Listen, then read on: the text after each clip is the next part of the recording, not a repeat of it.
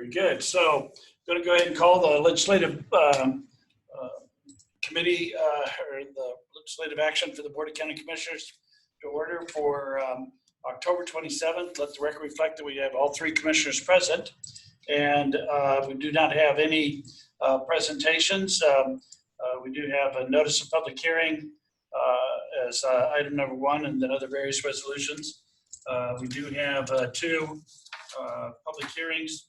That'll be items 4A and 4B. The chair is open to a motion with regard to items 1, 2, and 3.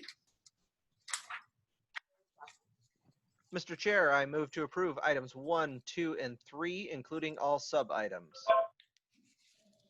We'll second the motion. Okay, I've got a motion and a second to approve items 1, 2, and 3 and all the sub-items appearing thereunder. Any discussion? Seeing none. All in favor, please indicate by saying aye. Aye. Aye. The record reflects the motion passes unanimously. Thank you. Then moving on to hearing item number 4A. This is the matter of disposing certain county-owned personal property by public auction, project number P like in Peter 11970. And I believe we have a presentation from purchasing. She's just on the south. She's not anymore. Or missing a step. We don't have a presentation from purchasing. So Terry Roberts dropped off. Is Terry Roberts on the line? She was on. No, she was on Zoom. You just lost She was her. on Zoom. Okay. He'll come back. We'll make it back. We will give her an opportunity to get back on before we do our hearing on our county budget. So, There's Terry. Hi, Terry. all right. Ms. Terry Roberts, we have you. Did we lose her again? No, she's. Oh, there she is. All right, you're up, Ms. Roberts. Are you there? You muted, Terry. Unmute. Unmute, and then we can hear you better. Go ahead and unmute. There you go. Okay. Hi, Terry. Here's somebody back there. Yeah. You there, Ms. Roberts? Hello? Hello? She doesn't have a speaker on her computer, so she's gonna call him. Perfect. Okay. Does she have a presentation? She just.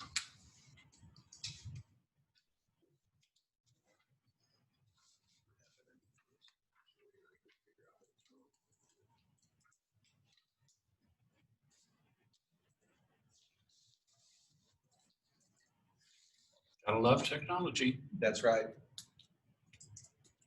We'll have to tell our purchasing director to It is loosen up the purse string a little bit.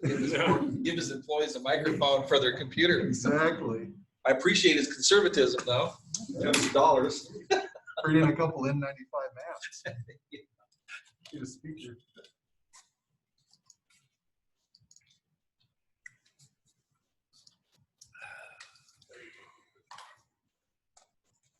Would you like to call in on my phone? But I just got the call with her too. Yeah, let's try calling her It again. says the screen is She's different at today. We 230 cannot see who's in the meeting.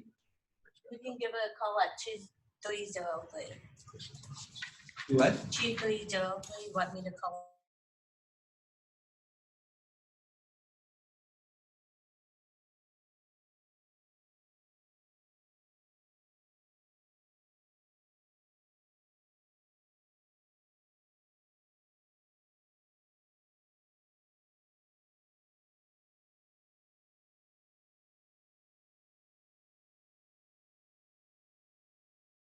Oh, 641. Say it again. 330641. Yeah.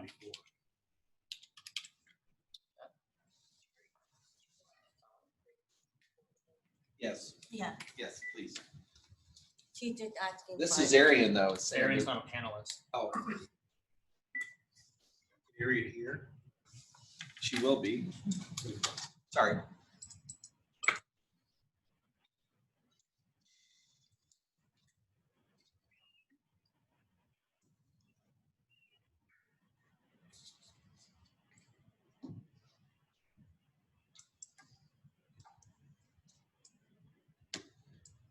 You see Josh and Derek in here earlier. He was yes. Motion and second.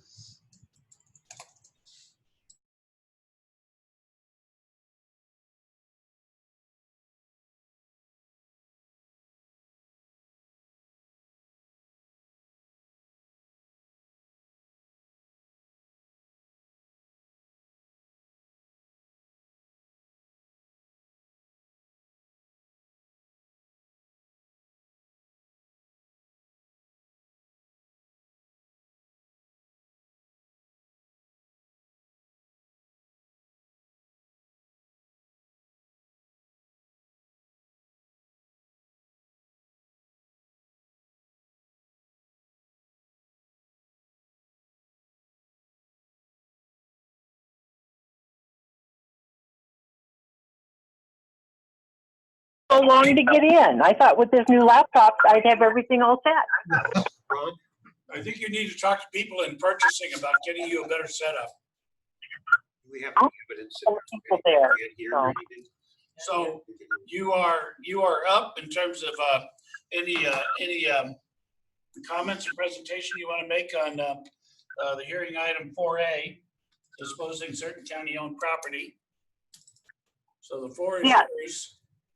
Yes, there are a number of items. A majority of them are items that are going to be disposed of because we've already cannibalized all the useful parts out of them.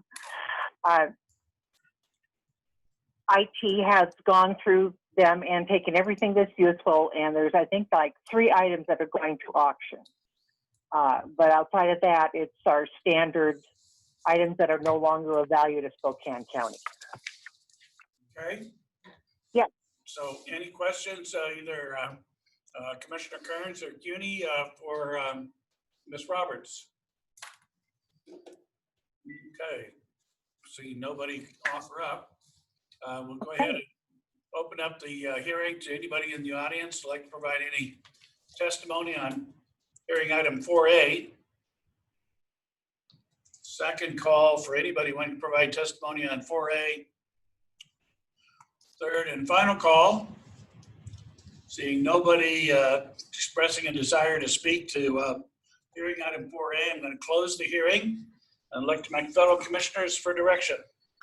Mr. Chair, I move to approve item 4A as presented by staff. I'll second that. Got a motion and a second to approve item 4A as presented by staff. Any discussion? Seeing none, all in favor say aye. Aye. Aye. Aye, let the record reflect. Motion passed unanimously. Then, getting on to. Thank you very much. Thank you. Our second in a series of county budget presentations for 2021. Mr. Petrovich, Thank you, Commissioner. going to lead us through this. 4A30. Just a quick note before I start into the presentation and the slides. There was a request that the city made to Jerry and I for the East 55 Mission building for CARES funds. They request that instead of the city receiving the money, that we direct the money directly to the Salvation Army, who would be the purchaser of that building. And then they also ask that we move from a contingency fund $75,000 to The purchase price has gone from 1.3 to 1.375. This is the contingency for the Mission Cannon remodel. This is not an increase in the amount that you folks allocated. This is just to reallocate part of that from the contingency to the purchase price. And then have the Salvation Army purchase the building, and they will be the owner and occupant of that building. Any questions for Mr. Gimmel or Mr. Petrovich? Okay, so the request is to have the Salvation Army purchase it. Yes. What was the additional request?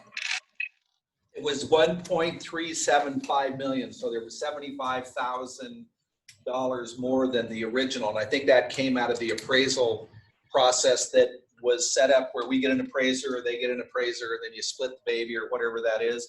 So the thing that Gary and I made sure that we understood was this is not going to increase the money that was already allocated. You had 1.3 million for the building. You had the other amount, which I think totaled 2.9 for the mission, cannon, and the contingency. This would go out of the contingency, 75,000, and put that into the purchase price so that Salvation Army can buy the building. And did Carrie approve that? She did. Okay. So, Mr. Kearns, I'm looking for a motion. All right, I just want to make sure we get this right. So the proper motion would be that, I mean, correct me if I'm wrong, but so Mr. Chair, I move that we provide the previously allocated CARES dollars to purchase the 55 West Mission building for the Salvation Army to own and operate the bridge housing facility. Does that encapsulate everything? And that And the amount.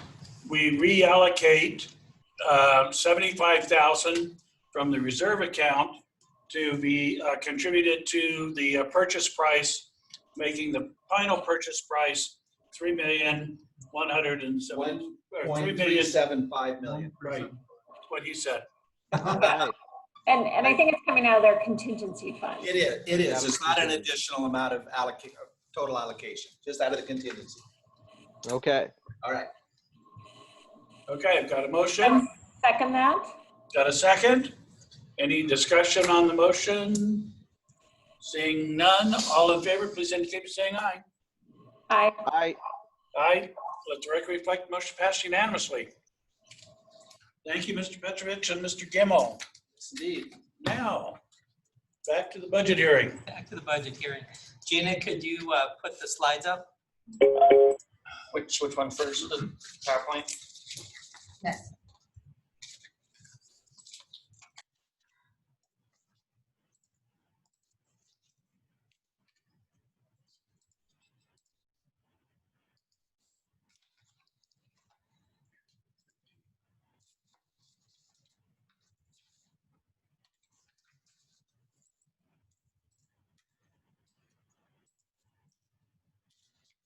Very good.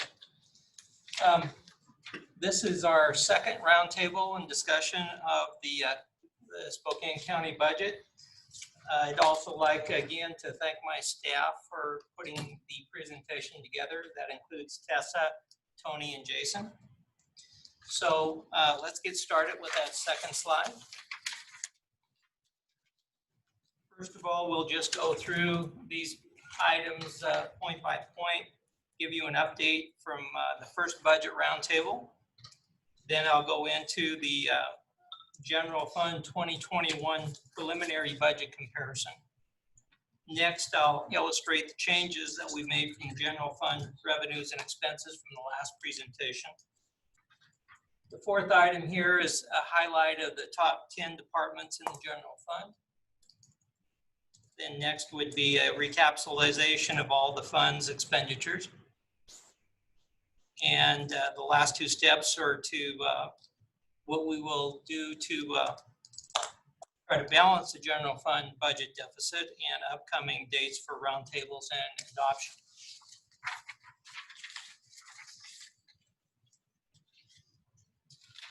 Since the last roundtable on October 13th, 2 weeks ago, we've had a chance to meet with 7 main departments in the general fund. And those are fairly large departments: the sheriff's, detention services, public defender, superior court, facilities, assessor, and auditor. We had very good talks with those departments. And again, these are departments that willingly came to us and understood the nature of that first budget roundtable where we were showing a deficit of $11.6 million. So we started the discussions with them looking at costs that they could trim from this year's budget to help solve that budget deficit. Next, I'll discuss also the effects of the VERP on the budget departments and review at the end of our revenue assumptions. Let's get into some details here, which is the next slide. So the number you'll probably want to concentrate on is the bottom right number. We went from an estimated projected deficit in the general fund of 11.645 million to 8.4 million. And that's a difference of approximately $3.25 million in reductions. You can see each of the categories that are highlighted there, both on the revenue side and on the expense side. So we were able to make quite a bit of difference in this budget hearing, and that was due to the acquiescence and the willingness of these departments to come to us and to see where they could trim some of their current submitted budget. So let's go to the next slide, and we'll talk a little bit about how we got to that 3.25 million. First of all, on the revenue side, our first projected revenue out of the gate was 191 million really. And we were taking a look at the sales tax and how the sales tax was trending for this year and how we had compared it to last year and what we're projecting, of course. So sales tax is actually trending a little ahead of what we had budgeted for 2020. And we had budgeted $1 million less in revenue from sales tax for our initial 2021 budget submission. So conservatively, we added an increase to that sales tax projection of $500,000 to go from 57 million to 57.5 million. Next, there were some items within that large category of charges for services, and that when we took a closer look at that, there were some estimates that we had underestimated.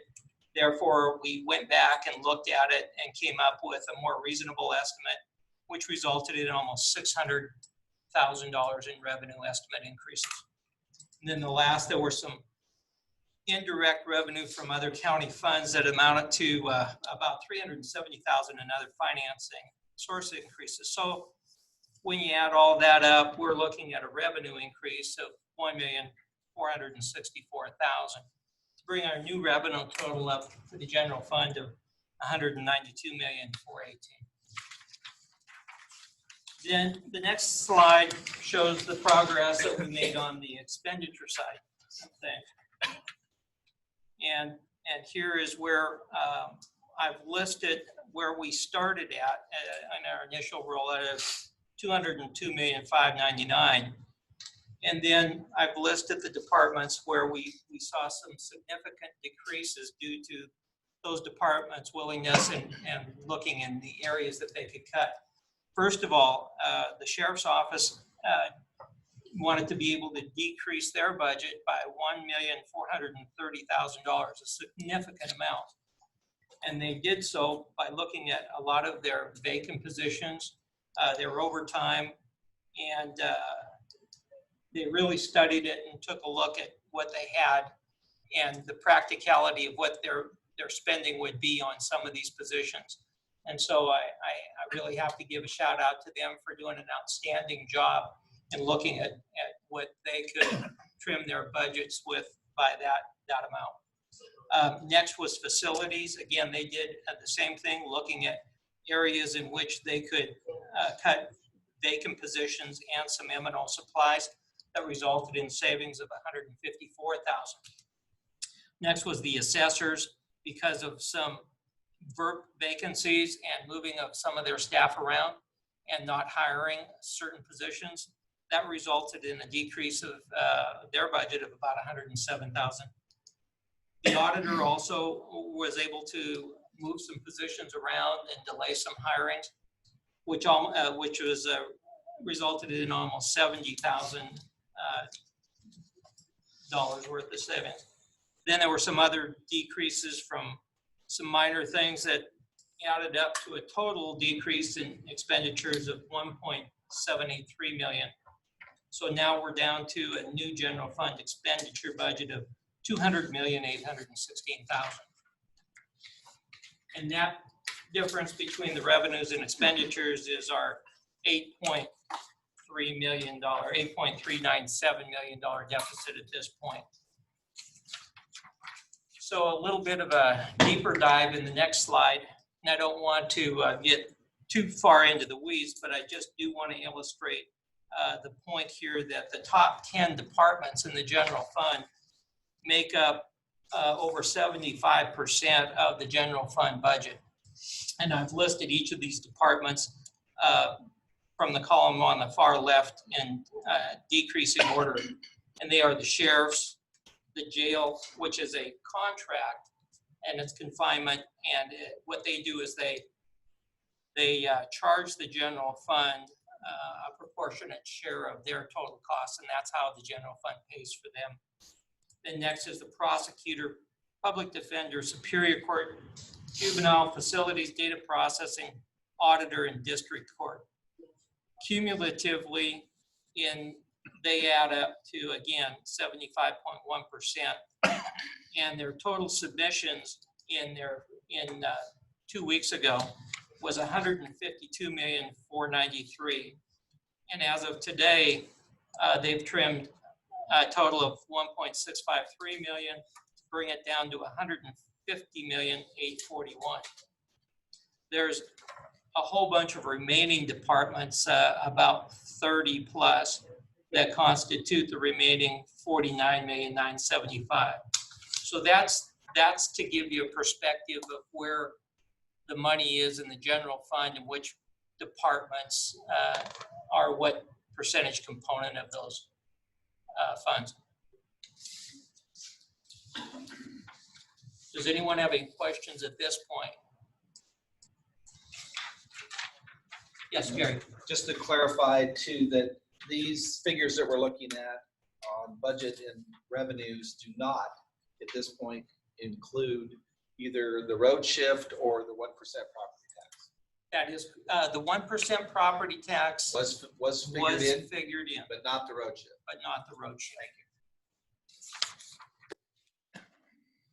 And it's a good point that you bring this up too, because there's going to be other things that haven't yet to be calculated that's not in the general fund. And one of the larger things that will affect the general fund is the effect of the early retirement VERB. And if everyone was approved to take that VERB between now and January 31st, it would affect the general fund to the extent of about $800,000. Now, that being said, there's going to be some offsets to the general fund departments for their spending of CARES funds. And those CARE fund offsets could result in savings in this year of up to maybe $2 million or more dollars. So that's just some of these things that are in play that we don't have dollars yet for. Right. To explain it. Thank you. Sure. On the next slide, this is a summarization that I presented last time that just shows you the magnitude of all of the funds rolled up. So if we take a look at where we're at now, all funds, we are at $656 million.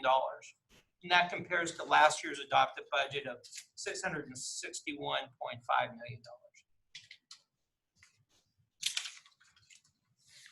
Now the next slide is where a lot of the work starts. Again, we're we're going to use this time between now and the next budget roundtable to meet with additional departments to explore their cost savings.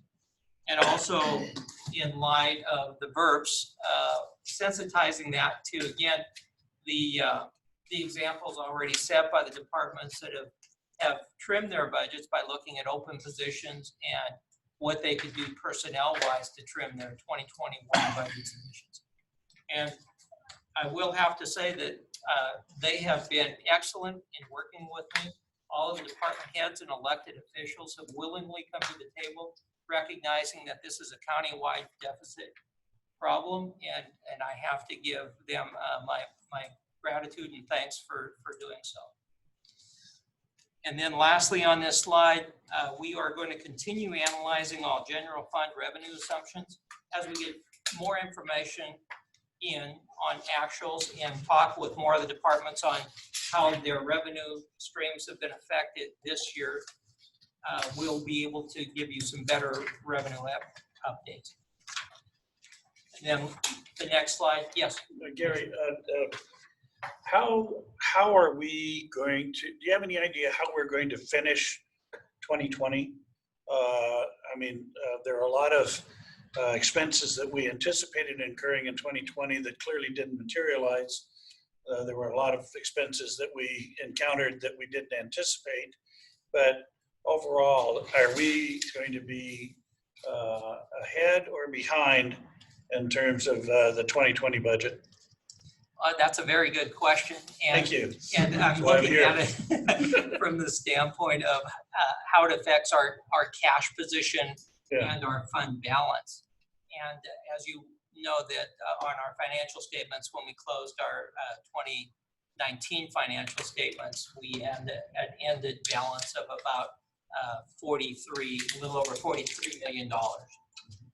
And in going through where we're at now through 9 months of operations, plus looking at, revenue and sales tax collection figures. I gave you a previous estimate that we would probably use up maybe in a net sense, maybe $2 to $3 million. So right now I'm still looking at a starting or an ending fund balance in 2020 of about 40 million, maybe a little bit more, because of the CARES funds offset. So that's good news. It could, I'm conservative in saying 40, but it could be more. So with that, we're taking a look at still having a pretty good balance on hand in our general fund as we end the year. And that'll be incorporated, of course, into your adopted budget, what we'll estimate the ending fund balance to be. Okay, thank you.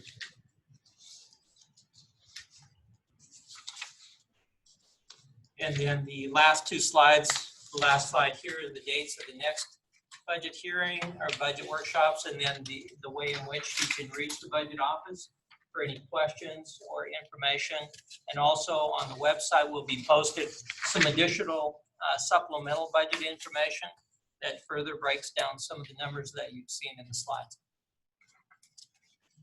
Gary, how much does that 1% bring in? Well, About 600,000. about $600,000, 1%. Okay. Any questions, either Commissioner Cooney or Kearns? So, Gary, since this is the first time seeing these slides for me, then as I have additional questions, can I ask you, I guess, as we go along? Absolutely. Oh, certainly. And Absolutely. You know what? We're collecting and compiling this information right up to the minute.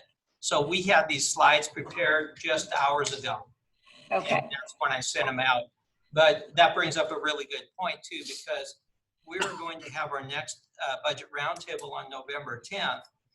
And we would like to follow that up either right at that date or sometime very near that date on some workshops, because we'll have to go through some scenarios that the commissioners might need to make some decisions on in order to be able to adopt and finalize the budget. Okay, I guess that's, be new for you this year, you know, with us, you know, thank you. I appreciate that because that then lets me know that we will have some follow-up workshops to figure out how we're analyzing and handling the budget and getting down to a balanced budget. So one of the questions that you'll have to decide in the future is the point that Jerry brought up is a road levy shift if you decide to do that. And again, you know, those are the kind of questions and decisions that we'll try to lay out for the board for you to see the effects on the general fund budget deficit. So an item that Jerry and I were talking about before the board meeting started was that, you know, we had in our calendars a block out on that third week for the Wasatch conference. And obviously that's not going to be taking place this year in the format that it originally was and stuff. So if we wanted to schedule in that week some budget workshops, I mean, that's an opportunity for us since we've got some holes in that week that we can fill in. So just food for thought as we kind of close in on what this budget's going to look like. So Yeah, I think they're still doing it virtually, right. understanding. So I don't know what the schedule is, but we'd have to see what their schedule is. Yeah, it's still going to be a virtual. So the issue is we don't have any travel to deal with. We're all going to be here in town, and a workshop is highly possible since and we'll work around the schedule for Wasatch, but it's going to be not the same kind of conference they've had in the past. So just an opportunity. Any other questions for Gary or Jerry or anybody else?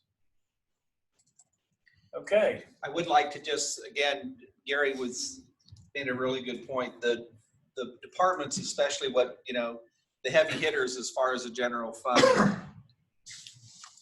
literally, I can't even think of an exception how cooperative everybody's been. This has not been gnashing the teeth, end of the world, oh my God, the sky's falling. People have been very businesslike, very creative, and very helpful. So. Okay, so then that completes the budget hearing. Next item, the only other item we had for this afternoon is a presentation from Erin Gertel on the fairgrounds. I don't know whether Erin has joined us or not. There she is. So, and you do have a handout for this that was given out yesterday. So if you can. There it is. So. Aaron And Jessica. I'm here. Hello, everyone. Yeah. Hey, Jessica McLaughlin should be coming in as well. She will be the master of our PowerPoint. There she is. So last time we spoke a few times, but back at the beginning of the summer when we were canceling the fair, we were talking about going virtual and having a fair food drive-through. And we just wanted to share this PowerPoint with you to update you on how well those things went. So I'll turn it over to Jessie. Perfect. Thank you, Erin. Can everybody hear me okay? Hi, Jessie. Perfect. Thanks. Welcome to the PowerPoint presentation. I don't know how many of you got to come out and take part in any of our activities, but we sure hope you did. And I thought that I would share today with you what we did. All right, so Gina, do I have control or are you advancing for me? Ron has control, but you can just let him know next page if you like. Next page. Perfect. So we had over 4,000 cars come through our event. It was a little crazy out here during those 6 days. You can see the numbers there as far as how many we had each of those days. But we indeed had over 4,300 cars. And go ahead, advance. Those 4,300 cars made 13,900 food orders while they were here, which is the average of 3.22 vendor visits per car. And they were all in their cars. They did not get out. So, but almost 14,000 orders placed. Go ahead. There you can see the gross sales that the vendors reported. That big number at the top right was showing how much the gross was overall. It was just shy of 200,000. It was an average of $44, a little bit over $44 per car that they were spending when they came in. And obviously that second Saturday was our biggest day, probably because the word got out. And so we had a very busy day that day. Go ahead and advance. This shows our sales by the vendor. Our biggest seller was Azar's, followed by the King Corn Dog. So these were vendors that we went through and we tried to decide if they would make a good fit for this event. Even though Pizzerita didn't do as well as the others, as you can see there, they were very happy with the opportunity to be out here and to do something. You can see our gross sales again were $200,000. That's not what we take, not our revenue, but the state sales tax that we generated was a little over 15,000. Our percentage this year was 18% of that vendors, and so we took in just shy of $32,000 of revenue for the event. Go ahead. How did we do it? We did it with a handful of staff and 40 volunteers, and you can see the makeup of those volunteers that put in over 322 hours to make this event happen.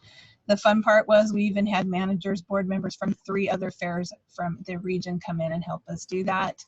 They were out ticketing, you know, doing the cars, tagging them, not ticketing them, but tagging the cars, directing traffic. But it took a whole team to make this happen for sure. Go ahead and advance. Not only did we do the fair food drive-through, but we did have a virtual fair in which people could exhibit with us via either video or photograph. We had 120 adults come and play in that fashion, as well as 99 youth. 4-H helped us out by spreading the word, and so you can see the breakdown of the youth there, 39 4-H kids, and some FFA, as well as open youth, and open youth is anyone not in 4-H or FFA. But we were pleased to have those 219 people come and participate this year. Many of them have been participating since they were tiny kids, all the way up to 80 plus years old.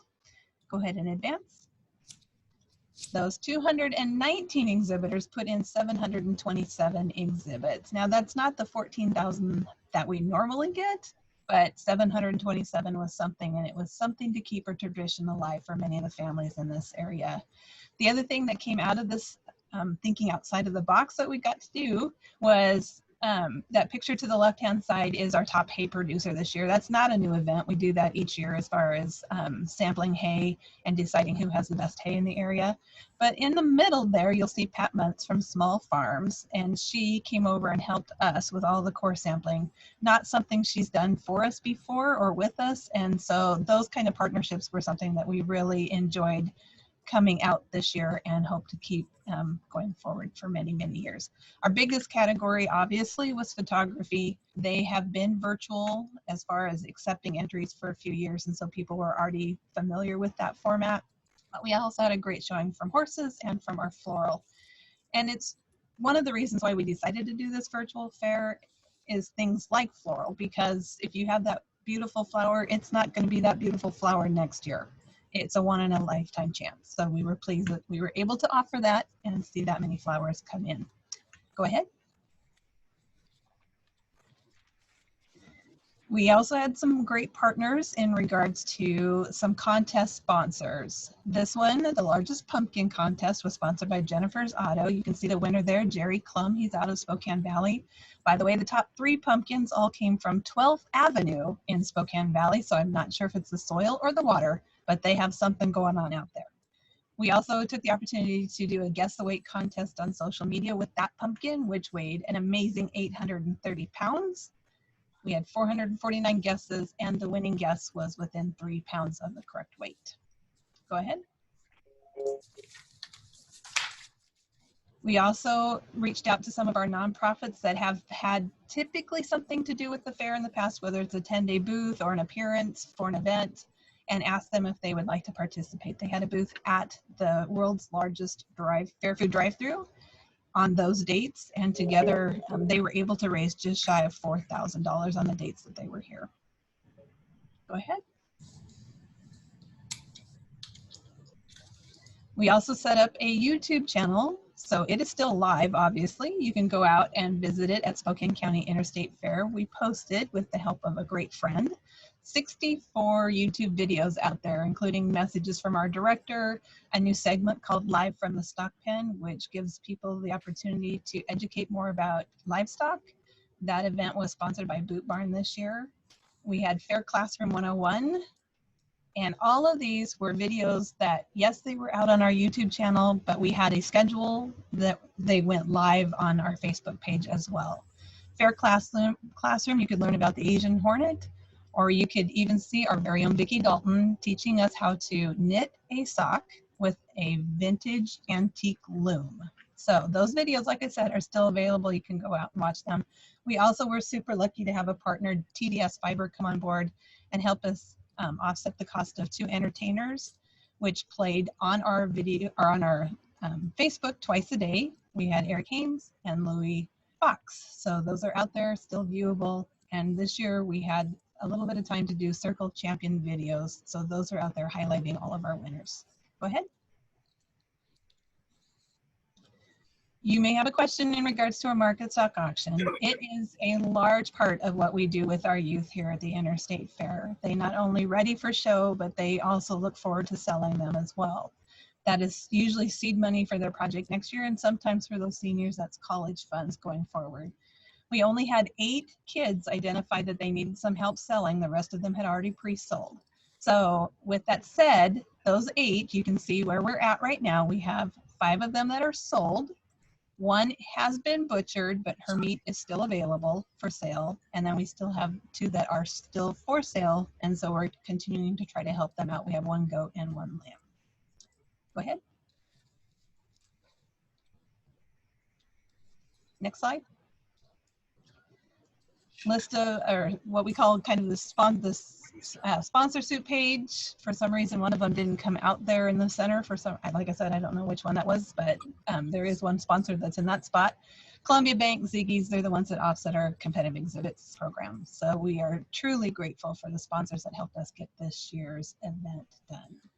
Next slide. I'll just quickly show you the 3 photos at the bottom. That middle picture was our Fair Food drive-thru. That was not even our busiest day. That is one of our lighter days because typically we were 3 rows abreast all the way back to the silo and beyond. So it was really incredible seeing that. But I wanted to show you real quickly, the exhibitor on the left-hand side is Louise Wells. She is also our home art superintendent, wearing her I Love Spokane Fair shirt. She entered a few items just to make sure we had some exhibits, but she wanted to make sure she could support us in one way this year, and that was how she did her support. And then on the right hand side, super cute little redhead, his name is Jonathan Morrison. He's 8 years old and his chicken Matilda, and they Googled virtual fairs and he entered Matilda. He is from South Carolina. So our entries did not just come from local, but also from far away. Early on, we talked as a staff that we wanted to do something because we knew something was better than nothing. And our staff, our volunteers, our team put together an amazing something. And that's all I have. Very Do I good. have any questions? Any questions? Mary Cooney? No, I just heard nothing but great things about the drive-through food. I mean, it was too bad the smoke hit, that first weekend, which was a little sad, but yeah, no, I've heard nothing but great things. So thank you for continuing the tradition for our county residents and beyond and making it happen, because that, was very disappointed. There was a lot of people that were disappointed, but you guys made it happen. So thank you. Welcome. It was our pleasure. We appreciate that.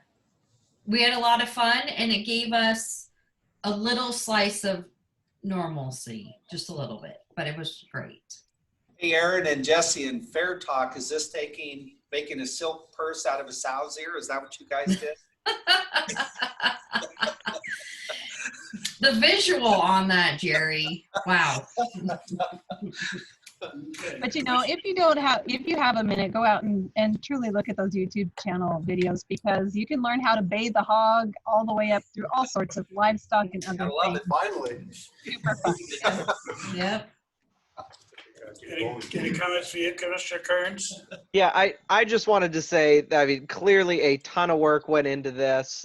You all did such a marvelous job. I mean, you really had to turn on a dime and do something completely different. And so I just want to congratulations. We're so proud of your whole team out there, Aaron.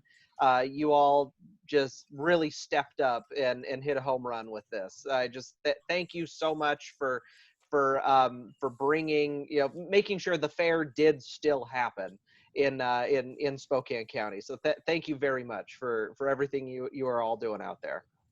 We appreciate that. Thank you.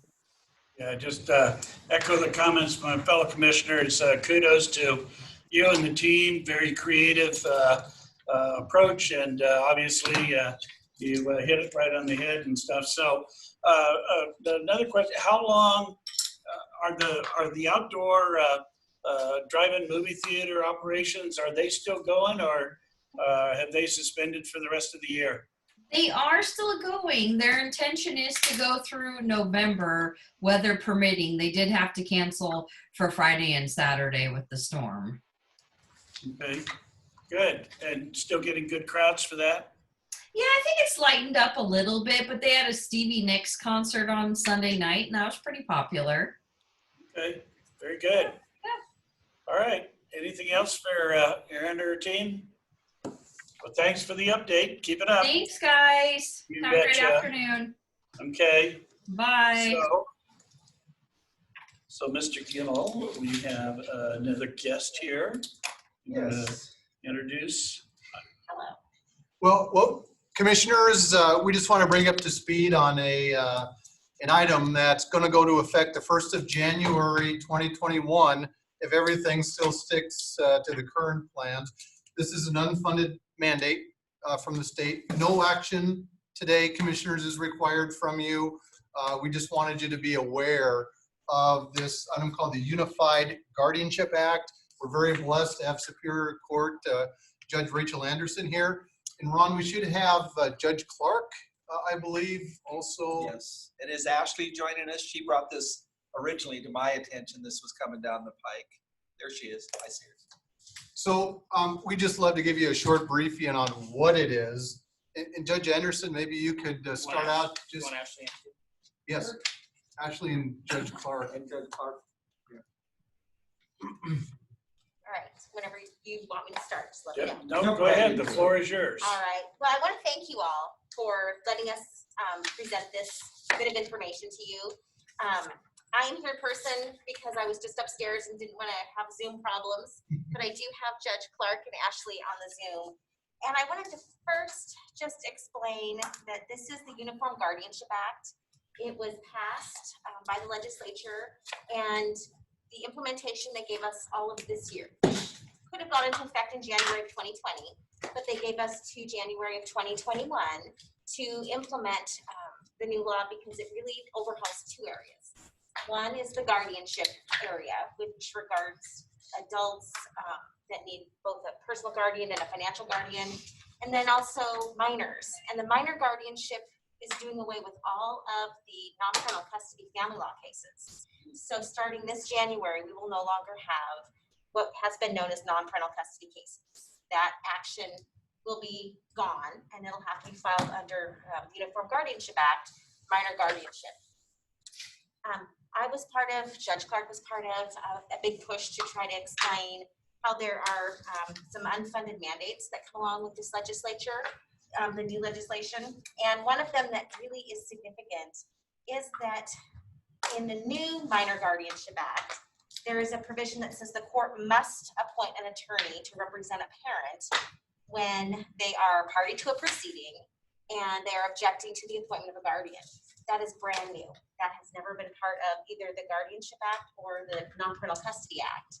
So we, starting in January, we're scrambling to try to figure out where to fill that niche, where we're going to administrate those attorney, or how we're going to hire them, who's going to oversee them, just where are they going to fit in, let alone how we're going to pay for them. So I think that was the biggest thing that I wanted to make sure you knew, is what the background on why we're giving you this information.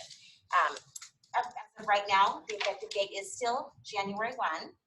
States, counties across the state are all trying to come up with the same answers.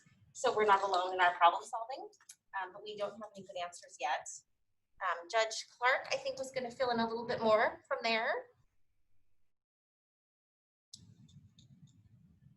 Yeah, sure, thanks. Other than I'm trying to watch how to bathe my hog when I get home, I'll go ahead and focus on this topic. Who is it? Yeah, I mean, so it's Tuesday, Yeah. bathe your hog day. I miss a lot, I know that. So on the logistics side of this, as Judge Anderson was saying, this law takes effect, but what that means is that any existing, what we call third-party custody action, gets dismissed at the end of the year. So it's not as if we're going to roll into these slowly. We're sending notices out to everybody saying he either resolve your case or at 12/31 of 20 it goes away. Then they refile and they start over, which is going to be a burden upon us just to start with. And then we have these new actions coming in. As Judge Anderson was saying, we're going to be requested to appoint some folks to represent children and indigent adults that are in these actions. So the first part we're scrambling on is, of course, to build a list of the attorneys that we can appoint. That's on us to get that done and figure out who we have. So when we get on the bench, first, second, third week of January, we can appoint people if we need to. The second problem on that, of course, is money. How do we pay those folks? We've got, of course, nothing in our budget. And as you know, the state gave us no money. There was a little money, I think, for training and forms, I think, out of the legislation, but there was no other money to implement it in terms of these positions. You should know that the Superior Court Judges Association has started an effort to delay the bill or get some state funding on it. We're going to work extremely hard. County lobbyist I know has been in contact with the SCJA lobbyist, and everybody's working this issue. But reality is, we're 60 days out from the start date on this thing. And again, it won't be a rolling start. It'll just be all these cases will be refiled if somebody doesn't get it resolved. So we're left with the question of having the money to do it, number one, and number two, who's going to administer these contracts? As a court, we're really not in the business of appointing and administering lawyers, for performance. That's a bad business for us to be in. It creates conflicts. So we've gone to the state and asked the Office of Public Defense, would you administer these contracts, get the money paid out wherever it comes from? Their answer was no. We've talked to the Public Defender's Office here, and again, they're not interested. It's a civil matter. They don't want to be involved. These aren't criminal cases. So we've got the problem of, if there is any money to administer, who's going to handle those funds, keep track of it, get the bills paid, do the accounting work that needs to be done. And then secondly, having the money in the pool to pay those bills. So that side of the fence, we're just coming to you saying, this is where we're at. We're subject of this law on no choice of ours. We testified against it. This was not our request by any stretch of the imagination, but we're left with it just like everyone else is. And so 60 days from now, we're going to be faced with these new cases, and we're going to be faced with this appointment process. We're building those lists, but then we're going to be faced with how to pay them. And so we want to make you aware that this is out there. Like I say, we're working it on the legislative side, but again, it's coming at us pretty fast. Commissioner French? Yes. And I just wanted to assure you, commissioners, that between Ashley, Tom Krasinski, Jerry, Gary, and myself, we've been working this quite a bit. Another option potentially is to utilize public defenders just in the region, contract this out. So we're really looking at the administration of, the financing of, how we're going to pull this off. I just also wanted you to know that Eric Johnson in Wasack is very familiar with this, and so Mike Burgess, our lobbyist, is also very familiar with this item. But as we speak right now, on January 1st, this does go into effect. So we've still got some more work to do to figure this all out. Jerry, that should be on our legislative agenda. Yeah. Jump all over that thing. Yeah. May I ask a question? Yes, please. Ashley or your honors, can you give us an idea numerically when this thing goes into effect? How many cases are we talking about? I mean, is it 1,000? Is it 100? What are we looking at? We currently have 100 of these files, so it is 100. And Ashley and I were talking about it. The tricky part of this is, certainly out of that 100, and let's just assume that we have another 100 in January. We just the same batch, just for a second, in terms of conversation. So again, these aren't huge numbers, but we don't know of that 100. We can't tell you how many will resolve by settlement, how many might be a default, and how many may go to trial. And even if there's a small slice that goes to trial, even if it's 10, it's spending. It's spending. Thank you. I don't know how else to put it. And so we get, it's just like all litigation. You just have no idea where it's going to go. We have no idea how quickly these requests are going to come in January. But you're right. The numbers are not large. It's just that it's just an unknown for us. Thank you. Judge, when you say 100, is that 100 a month or 100 a year? We have 100 pending right now. So, I mean, it's sort of a rolling, I think, Ashley, would you indicate that that's sort of a rolling number, that the average is about 100 at any one look, maybe? Yes. This is a weird year, so it's a little hard to know with COVID, because things got, obviously for 3 or 4 months, nobody was filing anything, but I think that's got to be pretty close. Judge Anderson, would you say probably 100 to 150, kind of in that range? I would, because I believe that number includes just the non-parental custodies, not any guardianships that are dealing with minors right now. Because they all are going to be together in that new process. And there's only a handful of minor guardianships. So 150 is about the max. Okay. All right. Well, thank you. He says cautiously. If I could say, we do have a committee that we're working on the logistics of, from the court standpoint, where we're going to put them, where they're going to be assigned, how they're going to fit in as a new cause of action to what we're already doing. So we've been doing a lot of work too, to try to get ready for this to start in January. Thank you for taking the time to hear us. You bet. So if you had to quantify this on an annual basis, what the cost might be, and I know that you're looking into the dark, but can you give us kind of a range? Are we talking about several $100,000, a couple million? What kind of, just give us a fear factor here. I think you're looking in the several $100,000 range, Okay. not in the millions of dollars range at all. That's fearful enough. Yeah, it's fearful. Yeah. Well, I'm sorry. I was gonna say, we might liken it to what we are looking at with our guardian ad litem budgets, because it's going to be similar numbers of cases. The guardian ad litem, we have the guardianship guardians ad litem and the family law guardians ad litem. And I think that the GAL budget we have is about, I want to say $30,000, but I don't recall exactly.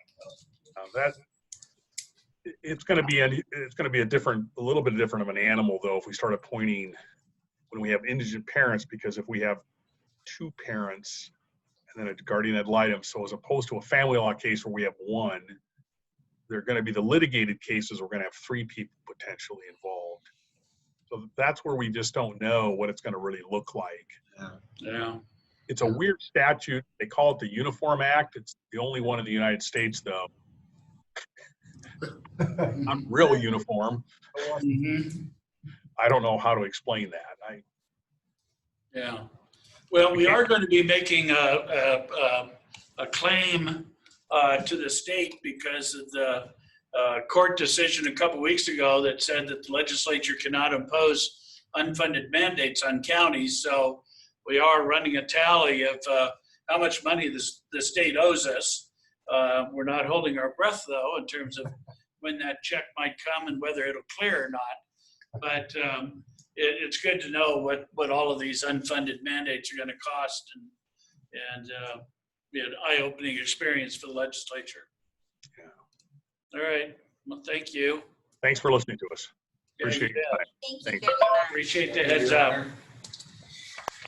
All right. So we're down to miscellaneous matters. Any miscellaneous matters that either one of you have that you want to bring forward? Nope, I don't have anything today. Jerry? I don't have anything today, thanks. No, seriously, this is. I know, this is, I want everybody to know that's 3 times in a row. 3 times in a row. I don't mind being the. What's wrong, Jerry? What's wrong? I just, So evidently, we do have a volunteer that's going to throw himself into the ring here. Go ahead, Jared. I wanted to clarify a few things with the state legislative agenda. So did I get head nods from everybody about adding this UGA, the guardianship item, to the actual state legislative agenda? Anybody opposed to adding it to the agenda? Okay. Okay. And then as far as way of process, Jerry, Mike, and I are finalizing the list that Mike Burgess has been presenting to you over the course of the last few weeks. GSI has requested that everybody submit their requests for their state agenda by Friday. I have asked Kara Kuhn if it'd be all right if we give them a draft by Friday and a final by next Friday. So I've asked Gina to put Mike Burgess on the agenda for Monday or Tuesday of next week so that we can finalize it. But I expect to have the draft to all the commissioners by this Friday. Everybody all right with that? good, thank you. Okay. In terms of the federal ask, I know that based upon the news this morning, the probability of some kind of stimulus package before the election is slim and none. And then there's also now speculation that there probably won't be a package before the end of the year. They'll wait until the new Congress convenes before they take any action. But there is a debate about whether part of the stimulus package should include funds for lost revenues for cities, counties, and states. And so you might think about whether that's something that you might want to add to the federal package or not. Do we want to go in requesting some assistance to replace lost revenues and or supplement what will be a difficult budget for next year based upon what Gary has presented and what looks like a second go around in terms of the virus shutdown and what that might mean for the city, county, and state. So just throw that out for your consideration. We can talk about it more next week unless you want to talk about it now. But that's something that also is trying to percolate its way up. So anyway, anything else, miscellaneous? So I've got one request. So the SRTC is sent out a letter to all the jurisdictions requesting that they appoint a representative and or representatives to participate in the ILA renegotiation process that'll start the afternoon of November 12th after the SRTC board meeting adjourns and stuff. So I would like to request, but it's certainly up to the two of you to be the representative or at least one representative to that process, since I'm one of only 3 that's been through it before in the county. The other 2 are Mike Gribner and Mary Cuny, or I'm sorry, Susan Meyer. I saw Mary Cuny before me and spoke that. Susan Meyer. Mickey Harnois was there, but not an active negotiator in the process, but she was also present during that period. So unless one of you 2 would like to jump into that foray, we're not limited to just one. We can have 2, or quite frankly, we can have all 3 of us there if you want, but at least we have to have a single point identified for carrying the message back to the board. Ultimately, whatever has to come out of this has to be approved by us as a legislative act. So everything comes back to this board for final approval, nobody can give any approval during the negotiating process, but at least you're part of that process. So throw that out for your consideration. Okay. Yeah, I would say just appoint yourself. You need to be on it. I'm fine. I'm fine with you representing us, Al. Okay. Would you mind making a motion to that effect, just so that we can say that we took an action? Sure. Mr. Chair, I move to appoint Commissioner Al French to represent Spokane County in the negotiations or deliberations with SRTC in drafting their updated interlocal agreement. And I'll second that. Okay, got a motion and a second. Any more discussion? Seeing none. Did you want to say something, Mary? I'm sorry, did I cut you off? No, Okay. no more discussion. Okay, then all in favor say aye. Aye. Aye. Direct reflect motion passes unanimously. So we'll send a notice to SRTC to that effect. Now, Mary, you you can participate as much or as little as you want in this process. So just because we've got a designated person, it's open to whoever wants to participate. So feel free to be part of those meetings if you'd like. All right, that's all the business come before us. So it is now 3:00. Oh, one last thing. Last night, the city council voted to defer the action on the utility tax. They did not take it off the table, but they did vote to defer it. So that means it's still active and could come back anytime between now and the first week in December when they pass their final budget. So I've spoken to a couple people that have agreed to reach out to the city council and particularly the council president, and advise him that this is not going to go well if they decide to move forward with it. So we'll see what happens with regard to that continued action. Anything else, Jim, that you want to throw in here? Well, the only thing I would say is that Jim and Mark and I had a conversation with an attorney that, and Kevin Cook was involved in that today. I don't know whether you want to go more in executive session on that or whether that can wait. There's nothing. One of the things that was mentioned is what you mentioned, the city council had deferred action. Right, So right. I don't know if you want to do that now. Why don't we tee it up for an executive session on Monday, and let's see what else materializes this week. I think that's it. So it's now 3:08, and we've completed all the business come before the board, and we're adjourned. Thank you.